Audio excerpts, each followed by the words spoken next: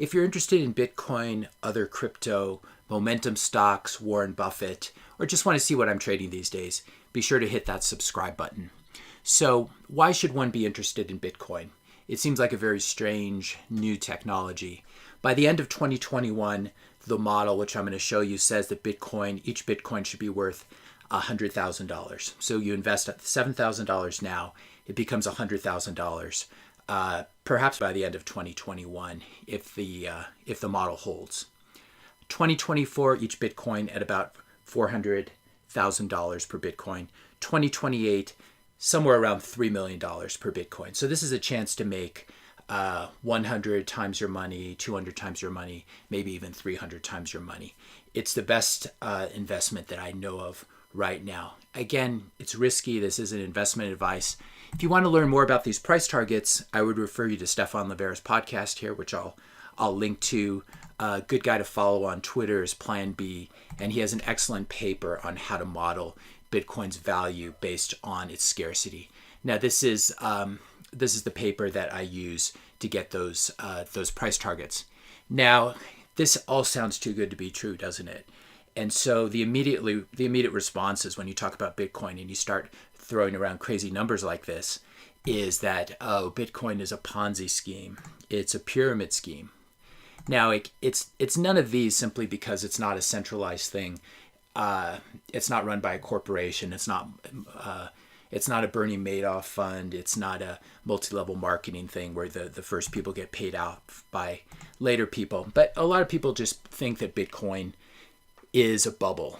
Now, the strange thing about this bubble is it's lasted since 2009, since the invention of Bitcoin. And people have been saying that Bitcoin is in a bubble since it was trading at 5 cents, 10 cents, $10, $5,000, etc.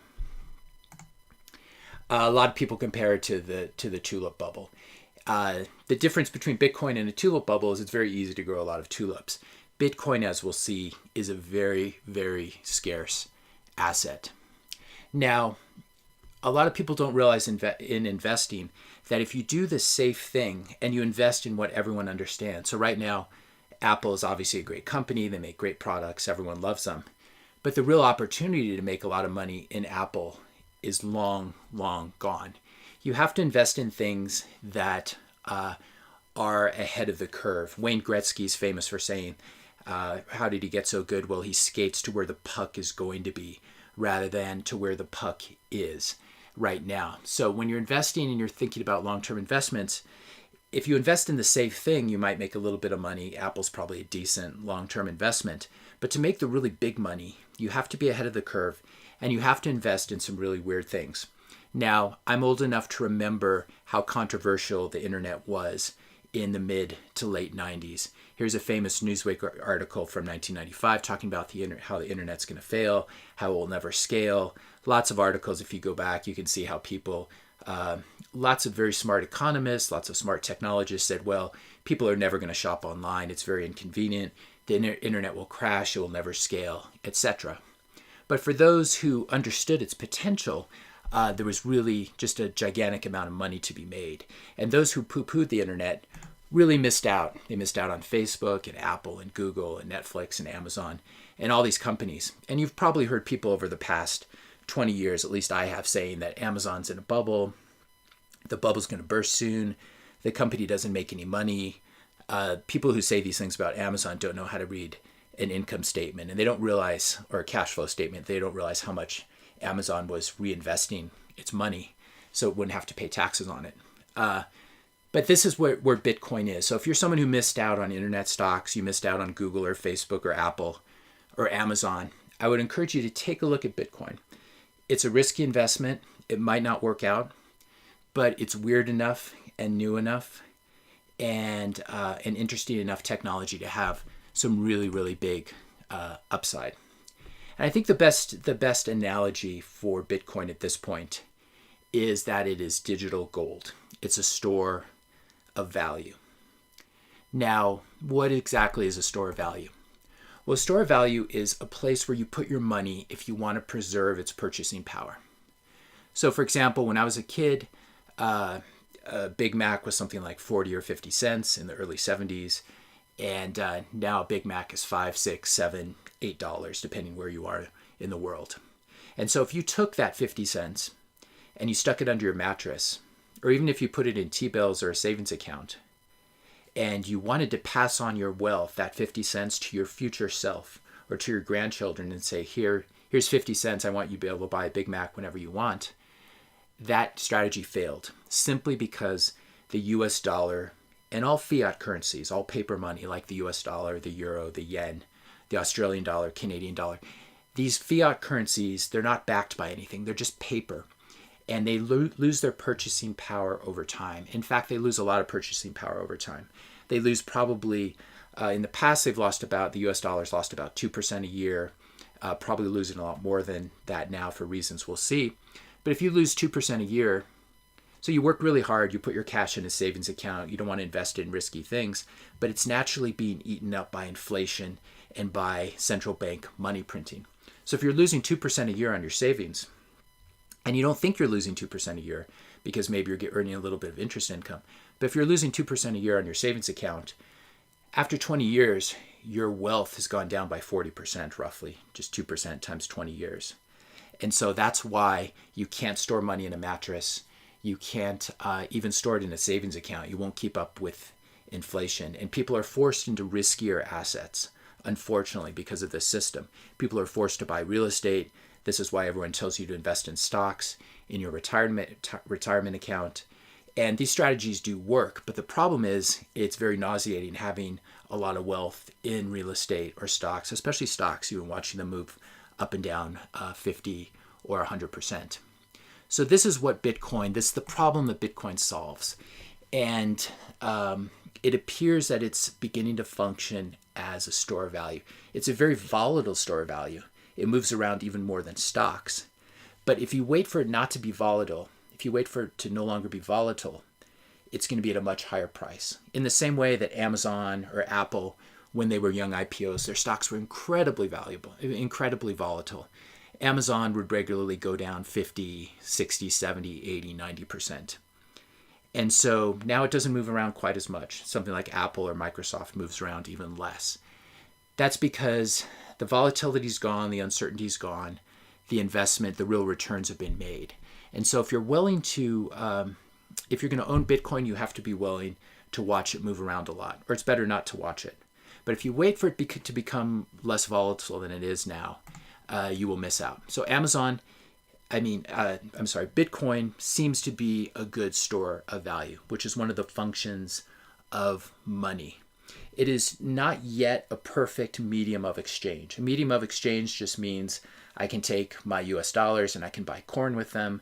I can buy a computer with them. They're accepted everywhere. Bitcoin is obviously not accepted everywhere. But I think in the coming years, it will be accepted by a lot more merchants. It'll be accepted online by Amazon. And Bitcoin is a lot like a stock. You can't go to the grocery store and buy groceries with your Apple stock. You first need to sell your Apple stock, convert it to US dollars, and spend it that way. Use it to buy groceries. Same way with gold. They don't accept gold at the grocery store or a lot of online stores. But you can always convert it to fiat money, to US dollars or euros, and then spend it that way. That's money as a medium of exchange, where people exchange goods using this intermediary product called money. I'm going to be talking about Bitcoin as a store of value, which I think is more fundamental than as a medium of exchange. So this is a way of passing on wealth, whether it's a small amount of wealth or a large amount of wealth, it doesn't matter. Passing on wealth to your descendants or even to your future self, because you don't want to have that 50 cents under your mattress, and then 20 years from now, you can only buy a tenth of a Big Mac hamburger instead of a full Big Mac hamburger.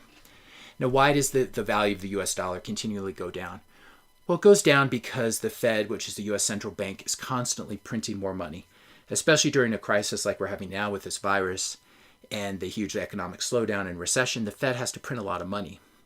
But when the Fed prints more dollars, it devalues the dollars that are in your pocket, that are in your savings account. And it's a way that the government actually picks your pocket. And it's not just the US government. All the world governments print a lot of money. And they can print it because it doesn't cost them anything to print money. The US dollar and all the world currencies, the yen, the euro, etc., None of them, the renminbi, the yuan, none of them are backed by gold anymore. They're just paper. And the government can print as many of them as they want to. They can print dollars and use them to bail out hedge funds, to bail out big companies, or even to send you a check for $1,200 if you're in the US. But what they're doing is they're really devaluing your accumulated wealth by doing this.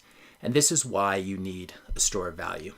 You can look here, you can look at the Fed's balance sheet. Basically, they print money, they buy lots of stuff, and they buy securities like muni bonds, treasuries, even bond ETFs.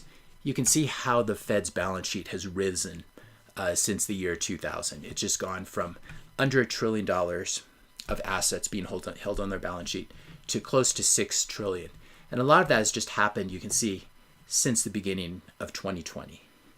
Now, how do they pay for these assets? How do they get the money to buy these assets? Well, it's very easy. They just print it. This is just an unbelievable system we have here. A lot of people don't realize this is how it works, but this is how it works. They don't actually need your taxes. The amount of taxes collected do not cover government expenditures or everything that the Fed is buying. So they just print money. And this is why we need a store of value. The more money they print, the higher gold prices will go, and the higher Bitcoin prices will go as well. So who invented Bitcoin? I'll just do a brief amount of history here. Satoshi Nakamoto is the legendary creator of Bitcoin. He developed it in 2009. He published a white paper. We do not know who Satoshi Nakamoto is. He's sort of a legendary figure, like Perseus or Hercules at this point. He's obviously a guy who knew a lot about math, a lot about cryptography.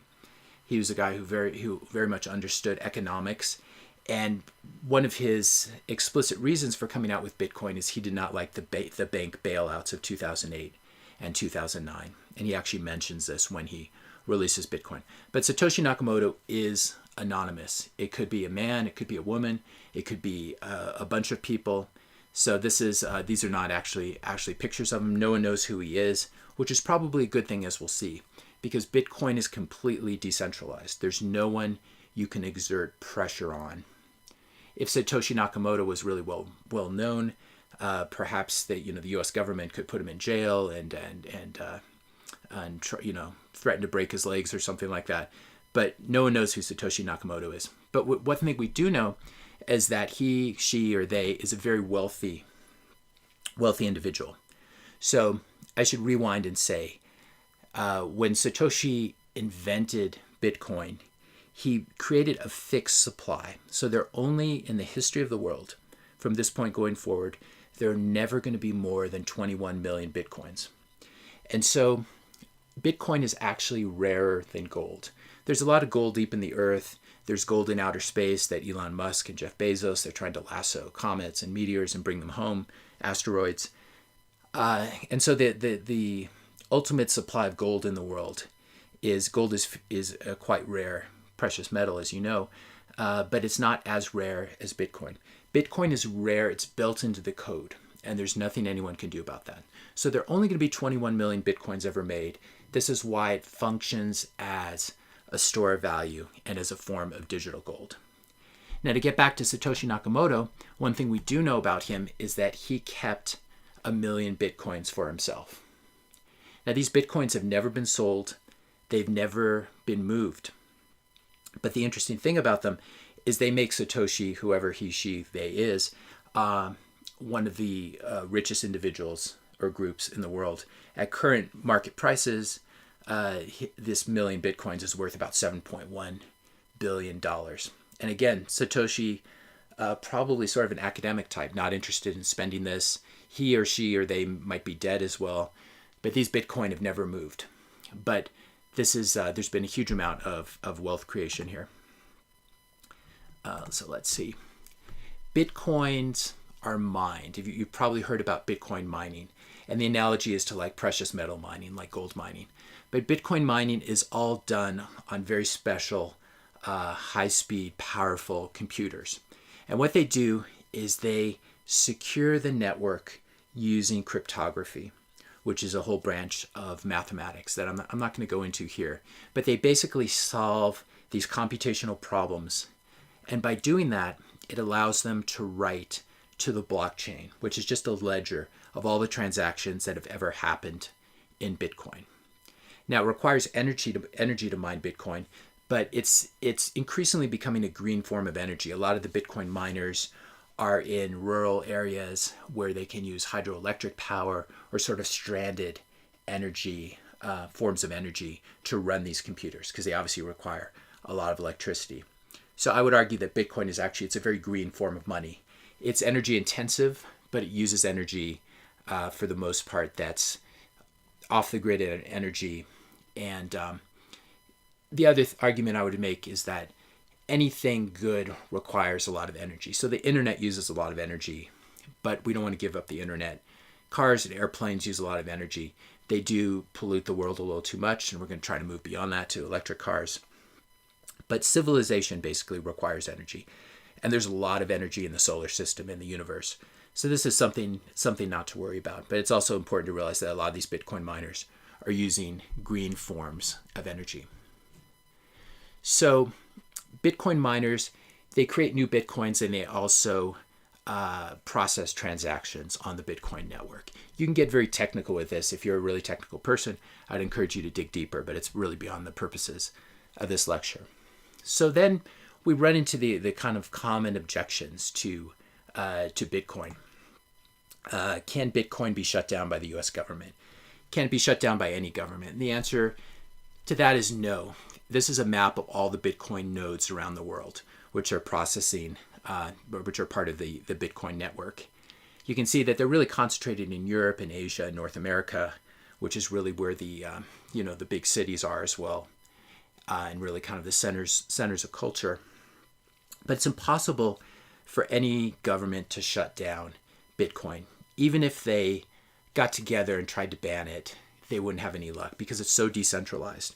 There's no one in control of Bitcoin. There's no central authority. There's no central bank. There's no head of a corporation. And so Bitcoin is a lot like one of the analogies I use is it's like marijuana. Marijuana has been illegal on and off around the world. It's never been stopped. And if anything, it's done very well as a black market. As a black market thing. So it's basically impossible because Bitcoin is so decentralized. US government can't shut it down. Theoretically, you could get all the big governments of the world to try to work together to shut it down.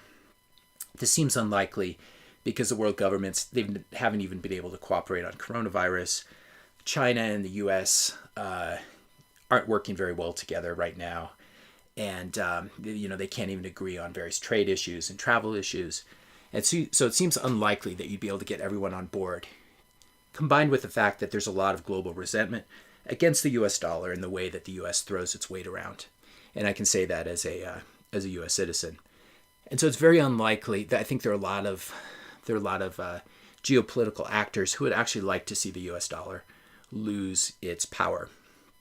And so it's very unlikely, even if everyone decided to ban Bitcoin, they still wouldn't be able to shut it down. It's very decentralized. You have satellites running it in space. You have remote cabins in various parts of the world running it. So it's really not something that can be shut down by any government. It can be banned. It can be made illegal like gold was in the US in the 1930s. But gold just went underground. People did not turn over all their gold to the US government when it was illegal from, call it, 1933 to 1971 or 73, or shortly after that.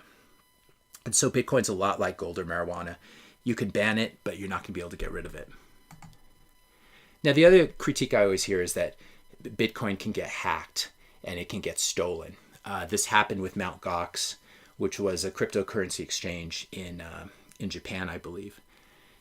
The answer to this is Bitcoin cannot be hacked. The only way it can be stolen is if you buy it on an exchange and you leave it there and you don't hold your private keys. If you hold your private keys and no one knows what they are, it's a little bit like a password to a website or an account. No one can steal it. If you think you can hack Bitcoin, or you know someone who can, I would encourage you to check out this website. I'll link to it in the description notes below. This basically shows you the top 100 Bitcoin addresses. Let's just look at number 4 right here. Here's the actual address. We can see this on the blockchain, and we know that the Bitcoin are there. Currently, there are about 94,000 Bitcoin there. They have a market value of 670 million. So this is how the math works. If you can get a really good hacker for me, I'm willing to split this with you. We'll each get paid 300 million. Your hacker will help me hack it, and if you think about it, $300 million that buys some really smart people. That buys a whole team of really smart people. But it's mathematically impossible to hack Bitcoin.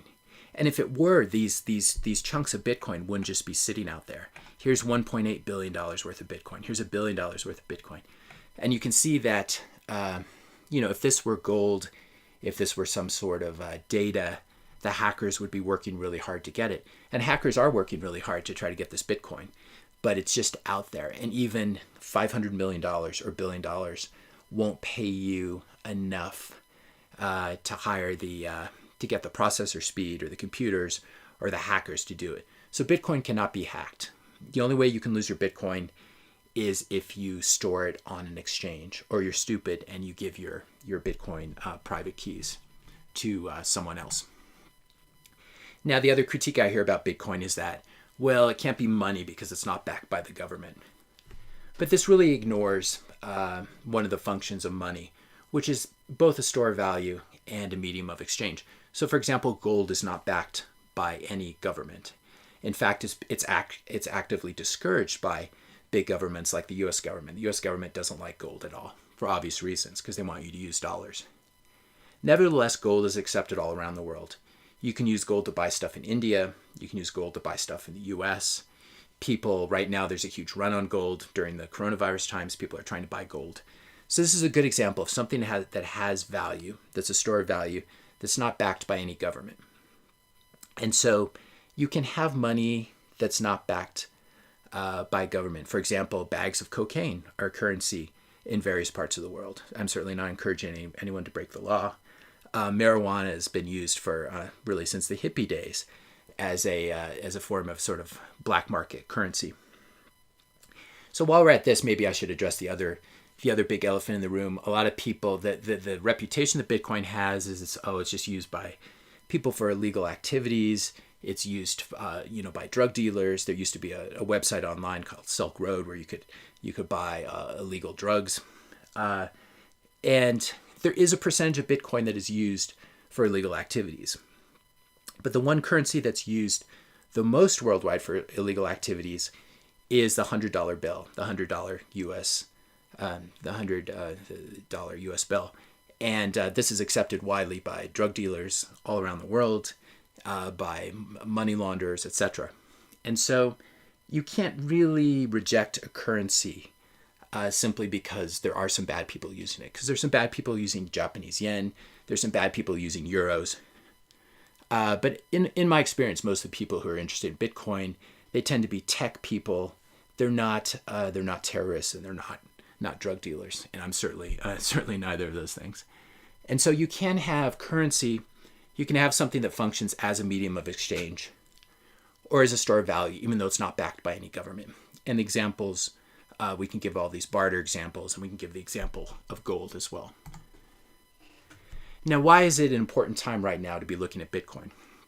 Well, there are two main reasons. The first one is that the central banks of the world, especially the Federal Reserve in the US, are printing a ton of money. They're devaluing the US dollar, which means Bitcoin and gold will benefit from this. Now, the second thing that's about to happen in May, it looks like May 13th of 2020, there's going to be something called the halving, which you may have read about. And what this means is that the reward for Bitcoin miners is going to be cut in half. And as a result, these Bitcoin miners are going to be producing half as much Bitcoin every day. So there's going to be kind of a software-induced shortage of Bitcoin. This happened in 2012, 2016. It's going to happen in 2020 now, 2024, 2028. And the normal pattern is that you get the halving, and then the following year, you get a huge run-up in Bitcoin. So Bitcoin there was the halving in 2016. Bitcoin ran from, I want to say about $1,000 per Bitcoin in 2017 up to $20,000 per Bitcoin in 2017. And now we're having another halving coming in just 36 days roughly. And one way of thinking about this is, let's say you were interested in investing in gold, and I told you in 36 days that half the world's gold mines would be closing. A lot of them actually are closing because of coronavirus. But imagine if I said that. The amount of supply of gold coming onto the market is going to be cut in half. Half the gold mines are going to be closed in 30 days from now. Would you say that's bullish for gold or bearish for gold? It's obviously bullish, assuming that the demand for gold remains constant. If you have constant demand or increasing demand and a decreasing supply based on just basic economics, you get a shift up in prices. And something similar is happening now. People are rushing toward gold, they're rushing toward Bitcoin, and everyone is trying to find a way to preserve their wealth in the face of the money printer. So now is a really, really interesting time for Bitcoin. And it's one reason I'm so excited about it. Now, I don't know if Bitcoin runs in 2020. I think it does. I think it goes up for the rest of the year from 7,000. And I think we easily see 10, 12, 15,000 by the end of 2021. But I won't be selling any if that happens. This is what I'm holding out for. I'm holding out for 2 or 3 million per Bitcoin by 2028. There's no, I can't think of an investment that would have these kind of returns over that time period. So we've got the central bank money printing. We've got the Bitcoin halving coming. And so then the next question I always get when I talk about Bitcoin, especially on YouTube, is people ask me, should I buy Ethereum? Should I buy XRP? Should I buy Litecoin? Should I buy Bitcoin Cash? Should I buy Bitcoin BSV? And my answer, and again, not investment advice, I wouldn't touch any of these. Bitcoin is the next Bitcoin. Bitcoin is the original. It's the first mover. It has the network effects. And so I wouldn't waste my time with any of these other cryptos. A lot of them are not decentralized. They have a central vector of attack. And a lot of them don't have a fixed cap as well. They just have an unlimited supply that can be produced, especially by a group of insiders or a charismatic founder who can just basically print more money for himself, and then you're back to this guy who we want to avoid. Now, we talked about gold mines shutting down as an analogy for the halving. Well, the good news about a Bitcoin is it's a very well-designed form of money. It's divisible. Each Bitcoin is divisible into 100 million smaller parts, sort of slices of a pie. And what this means is that if Bitcoin's currently trading at about 7,000, call it 71.45, you can buy a fraction of a Bitcoin. So if you buy 0.001 of a Bitcoin, that will cost just $7.14. Now, if this goes up 10x, as I would expect it to, by the end of 2021, you've turned this into $700 and call it $71. And then if it goes up another 10x, as I would expect, you've turned it into $710. And I think it actually, by 2030 or so, you're going to have $7,100. So a very small amount of money, the amount of money you might spend on a Big Mac meal at McDonald's, you're spending $7. But if this turns out to be right, your real opportunity cost is you're spending $71 for that burger, or $710 for that burger, or $7,100 for that burger. So the good news is that anyone, probably anywhere in the world, hesitate to say that, but because it's so divisible, I mean, you could add a zero to this and basically buy 71 cents worth of Bitcoin. So this is really open to everyone. And the good news about it is that this is a way for the little guy to make a lot of money. If Jeff Bezos or Bill Gates wanted to buy Bitcoin, they wouldn't be able to buy as much as they really need to move their net worth, simply because right now all the Bitcoin in the world are worth about, call it $125 billion. This is what we call the market cap of Bitcoin. And if Jeff Bezos or Bill Gates started buying a lot of Bitcoin, they would drive up the price. So if they want to do that, they're welcome to do it. There's a good chance that governments around the world have already started buying Bitcoin, central banks, and certainly a lot of politicians, a lot of investment bankers, a lot of U.S. billionaires, including people like Peter Thiel, who was the first outside investor in Facebook and founder of PayPal. He's been very bullish on Bitcoin. I don't know whether he still owns it, but he certainly used to own it in his funds. So this is the good thing about this is an investment for the little guy, and you can turn a small amount of money into a really large amount of money. If you go back to these original numbers, turning $7,000 into $400,000 or $1 million or $3 million, just one Bitcoin or half a Bitcoin can, if this is correct, will be able to produce just tremendous amounts of wealth. I would encourage you, though, none of this is investment advice. You should follow Plan B on Twitter.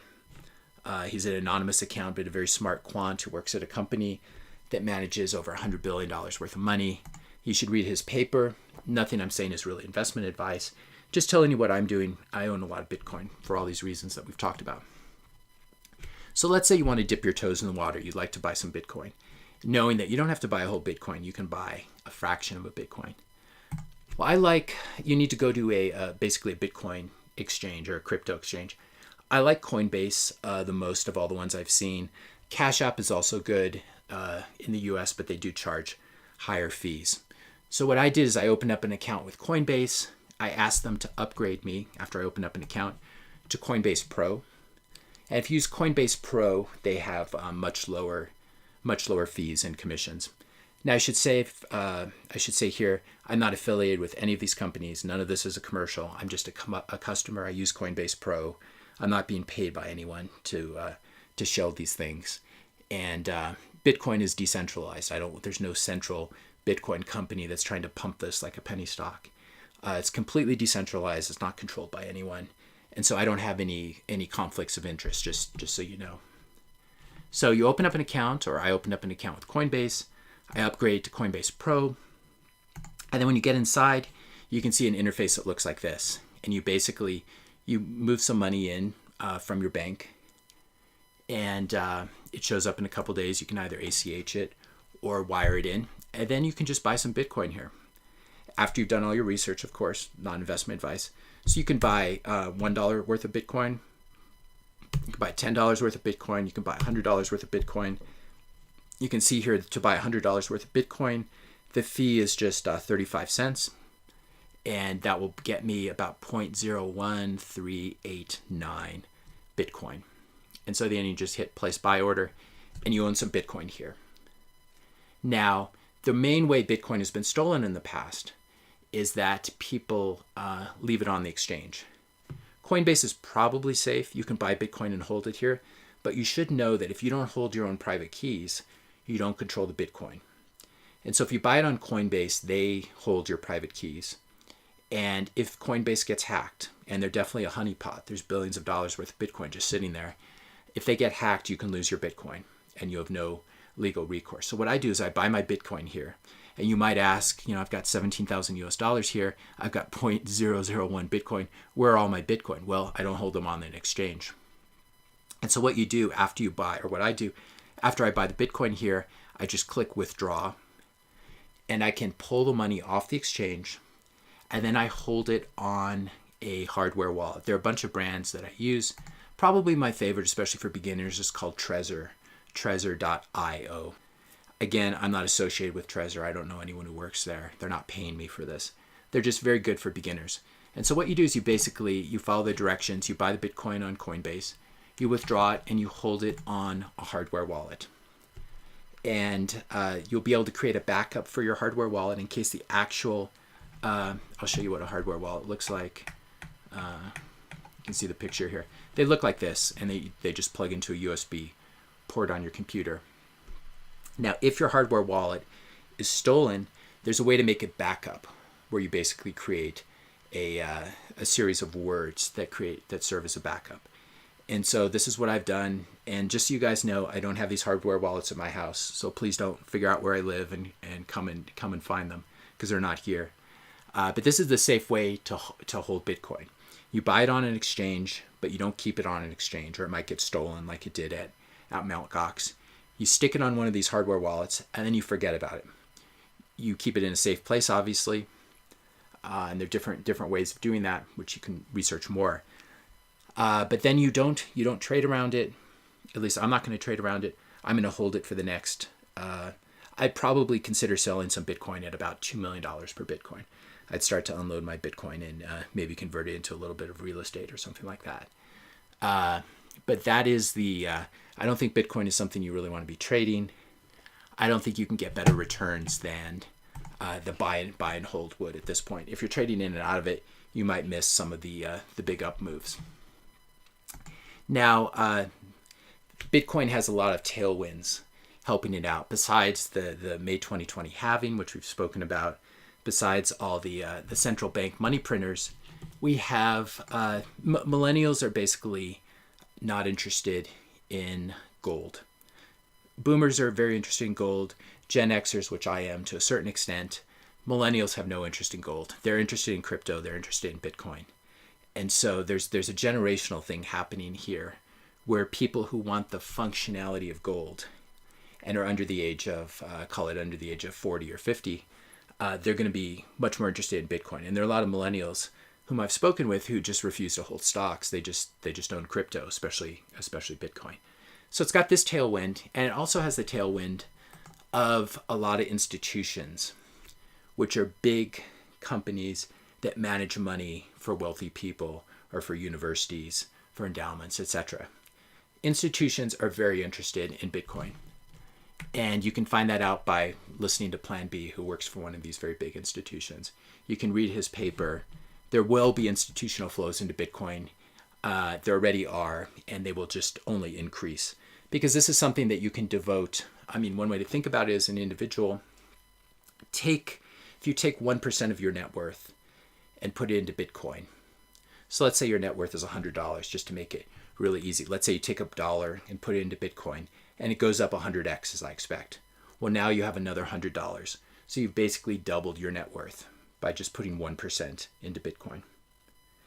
If Bitcoin goes to zero, which it certainly can, this is a new technology. There were internet companies as well that went to zero. Amazon and Google obviously didn't. But if Bitcoin goes to zero and you've invested 1% of your net worth, what are you down? You're down 1%. You still have 99% of your net worth.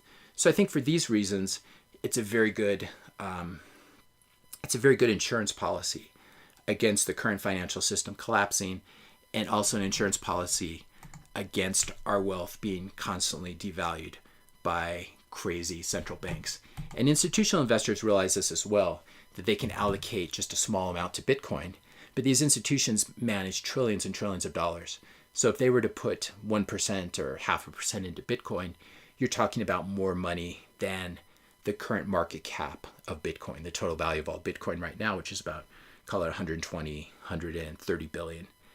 And so you have these tailwinds, just like you had with the internet stocks, where there's big institutional money that comes in at a certain point.